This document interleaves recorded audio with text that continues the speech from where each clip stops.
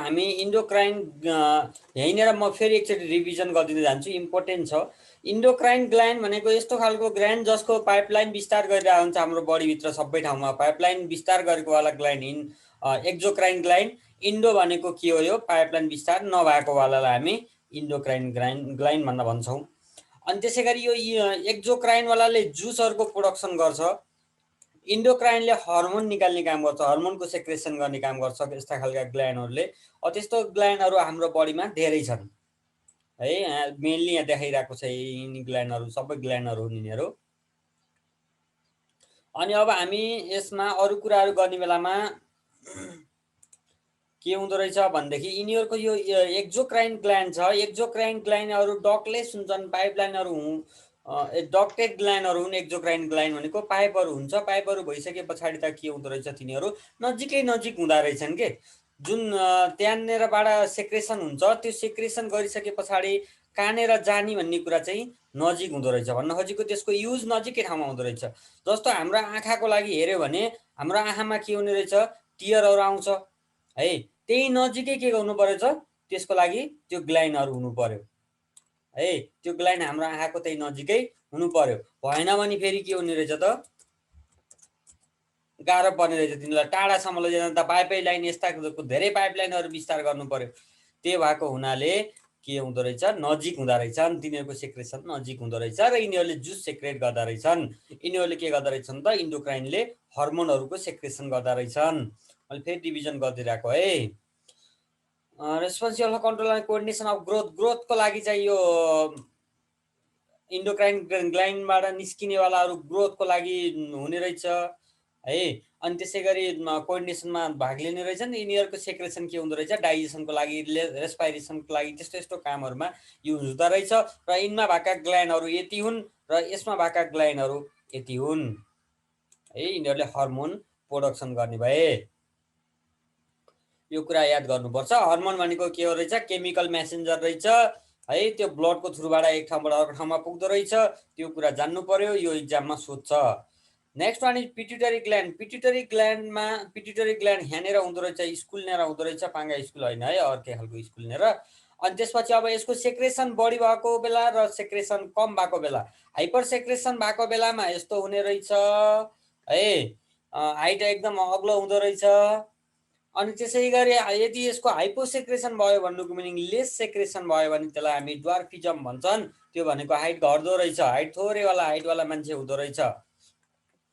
त्यसै गरी थाइरोइड ग्ल्यान्डको पनि कुरा त्यही नै छ। यसले निकाल्नेवाला हर्मोनलाई हामी यो सेक्रेसन, यसको सेक्रेसनलाई के भन्छौँ, थाइरोक्सिन भन्छौँ, थाइरोक्सिन। अब यो थाइरोक्सिनले आयोडिनको कन्ट्रोल गर्ने काम गर्दो रहेछ। आयोडिन अब कम भयो बढी भयो भने पनि समस्या हुन्छ है। Thyroid gland increase the size due to the deficiency of iodine in diet.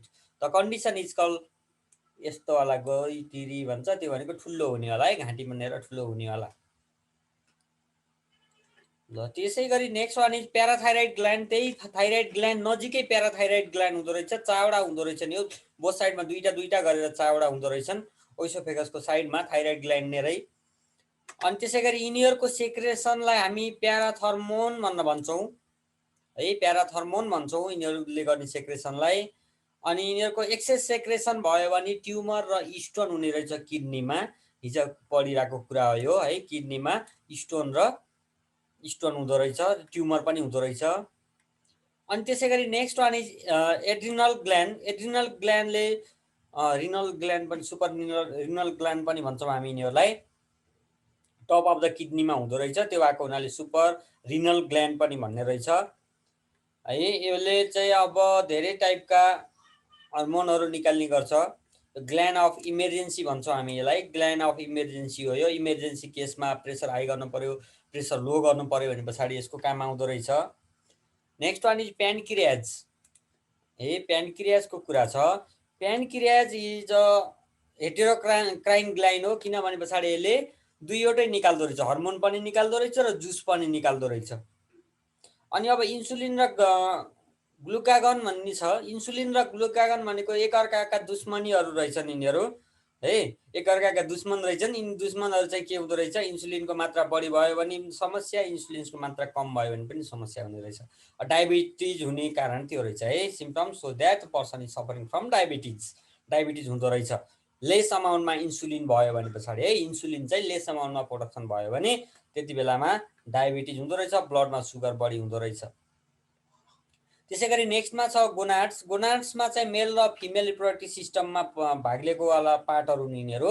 यिनमा मेलमा टेस्टिजहरू मेलमा हुन्छ, अनि पछाडि फिमेलमा ओभरीहरू हुन्छ। यहाँनिर ओभरी देखाइरहेको छ, ओभरीहरू अनि टेस्टिजहरू हुने रहेछ मेलमा। अनि त्यसै गरी अब यिनीहरूले निकाल्नेवाला, मेलमा निकाल्नेवाला जुन हर्मोन छ त्यसलाई हामी टेस्टेरोस्टेरोन भन्छौँ हामी, टेस्टोस्टेरोन है। टेस्टोस्टेरोनको अब कमी भयो भने पनि के हुन्छ, बढी भयो भने पनि के हुन्छ, केही न केही समस्या हुन्छ है। कमी भयो भने पनि, बढी भयो भने। त्यसै गरी एक्टिभ हुन पाएन भने पछाडि पनि है, त्यसमा जति एक्टिभ हुनुपर्ने थियो त्यो एक्टिभ हुन पाएन भने पनि समस्या हुन्छ। Promote the development of the most secondary sexual character like appearances of the public here, development of sexual desire and harshness of the voice, भोइसमा चेन्ज पनि आउँछ भन्ने कुरा गरेका थियौँ हामी।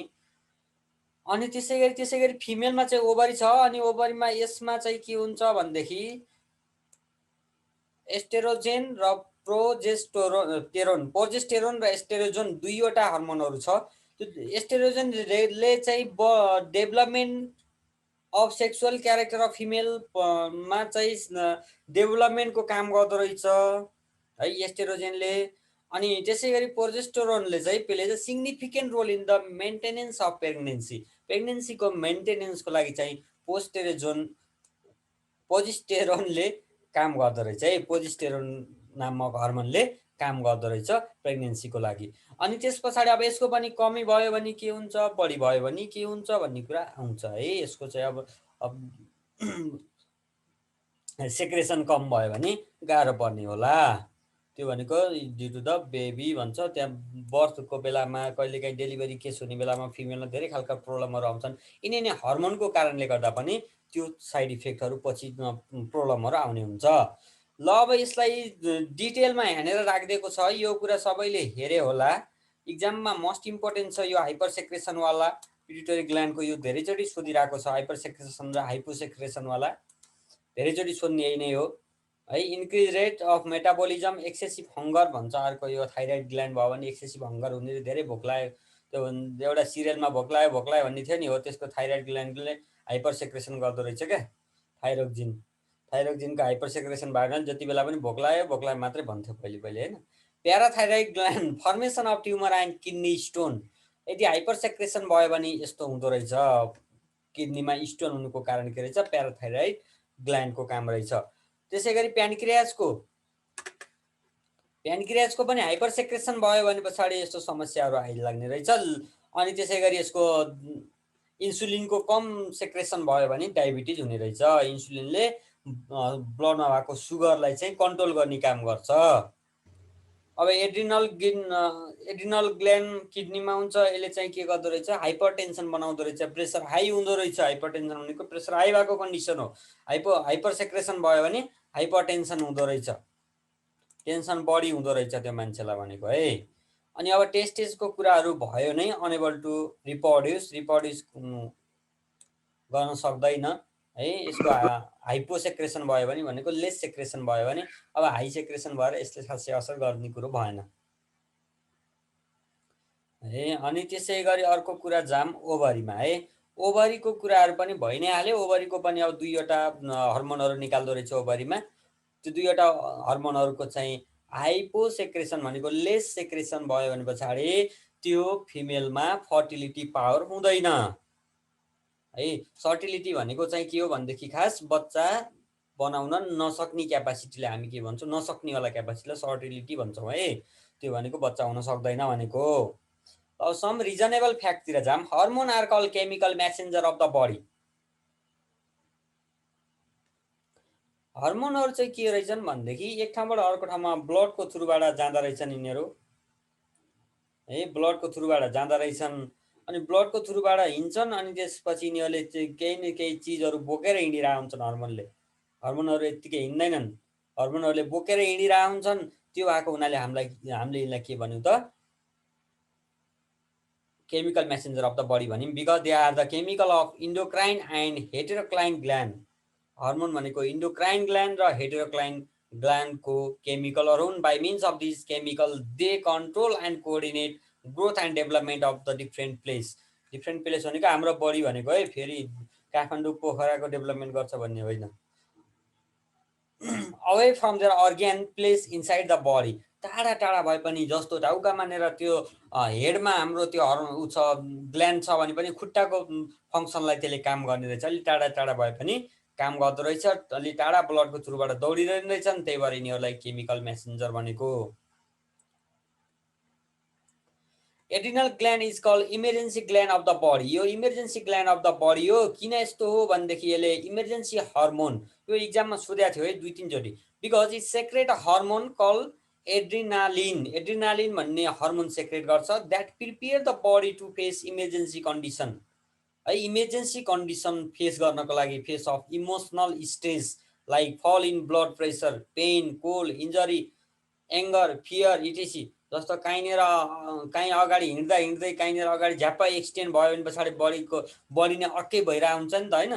त्यति बेलामा हो त्यस्तालाई इमर्जेन्सी केस अफ इमोसनल भनेको. हाम्रो बडी इमोसनल हुनु पर्यो. कोही मान्छे त्यहाँनिर चोटपटक लाग्दैछ भने पछाडि गएर त्यसलाई त्यहाँनिर अब के गर्नुपर्ने, यो गर्नु पर्यो, बाइक कहीँ ढलिरहेको छ उठाइदिनु पर्यो. हो त्यो इमोसनल टाइप हुने भयो भन्न खोजेको है. त्यस्तो टाइपको हुने भयो. त्यो एड्रिनल ग्ल्यान्डको काम भयो. अनि त्यसै गरी pituitary gland is called a master of gland. यसलाई मास्टर अफ ग्ल्यान्ड भन्छौँ हामी. It is because it secrete stimulatory hormone. Stimulatory हर्मोनहरू निकाल्ने काम गर्छ पिट्युटरी ग्ल्यान्डले. त्यो भएको हुनाले हामीले यसलाई के भन्ने रहेछौँ त, मास्टर अफ ग्ल्यान्ड भन्छौँ. किन यस्तो भयो भनेदेखि यो हर्मोनले हाम्रो सबै बडीमा भएको अरू ग्ल्यान्डहरूलाई कन्ट्रोल गर्ने रहेछ. अरू ग्ल्यान्डको फङ्सनहरूलाई कन्ट्रोल गर्ने रहेछ.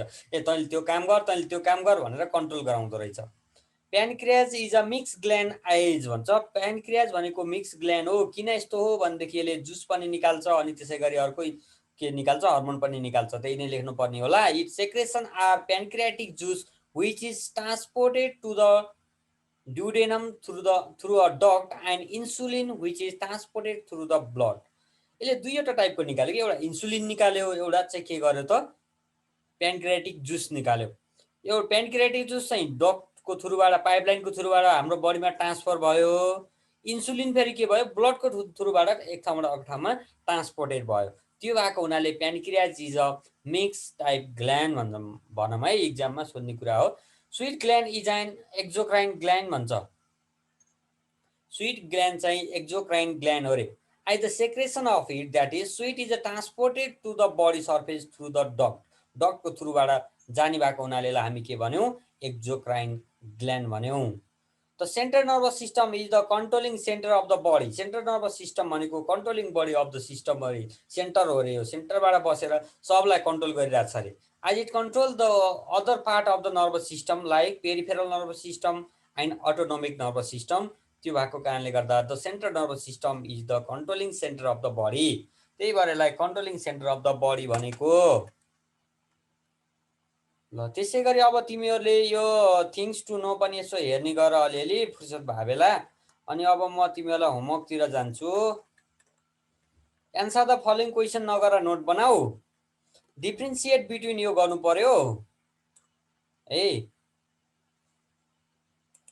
यो गर्नु पर्यो. अनि त्यसै पछाडि give reason. The pituitary gland is called the master of gland. अघि नै आइसक्यो पिट्युटरी ग्ल्यान्डलाई मास्टर अफ ग्ल्यान्ड भन्न भन्यौँ. Hormone are called chemical messenger, यो पनि कुरा आइसक्यो. The pancreas is a mix type of gland, mix type gland पनि आइसक्यो. Cerebrum has its upper surface grey but the upper surface of the spinal cord is white. Spinal कर्डको upper surface चाहिँ white हुन्छ. अनि त्यसै गरी सेरिब्रमको चाहिँ के हुन्छ, ग्रे म्याटरले युज भएको हुन्छ. अनि त्यसै गरी व्हाइट म्याटर युज भएको हुन्छ. त्यो भएको हुनाले यस्तो हुन्छ भनिदिनु पर्यो नि त मिलाएर होइन. The adrenal gland is also call an emergency gland. Emergency हर्मोनहरू निकाल्छ. A person jump off when he or she step on a soft loose thing unknowingly. एउटा मान्छे सारी जब जम्प गर्छ, jump up when he or she step on a soft loose thing unknowingly. यो चाहिँ के भएको, केले गर्दा हो यस्तो भनेदेखि हाम्रो जुन इमर्जेन्सी ग्ल्यान्ड थियो नि हो, त्यो इमर्जेन्सी ग्ल्यान्डले निकाल्नेवाला कुन हर्मोन हो, त्यो हर्मोनको कारणले गर्दा भनिदिनु पर्यो. A hanging person meet instantaneous death. किन यस्तो भएको भनेदेखि ह्याङ्गिङ झुन्डिरहेको मान्छे झुन्डिरहेको भने अर्कै बुझ्छौँ फेरि, झुन्डिएर मरेकोवाला मान्छे हुन्छ नि हो, त्यो झुन्डिने बेलामा इन्स्टेन्टेनियस डेथ हुन्छ, उति बेला तत्कालै मरिरहेको हुन्छ। मलाई गर्लफ्रेन्डले धोका दियो भनेर झुन्डिने हुन्छन् नि हो, तिनीहरू चाहिँ अन द स्पोट मर्छन् रे के।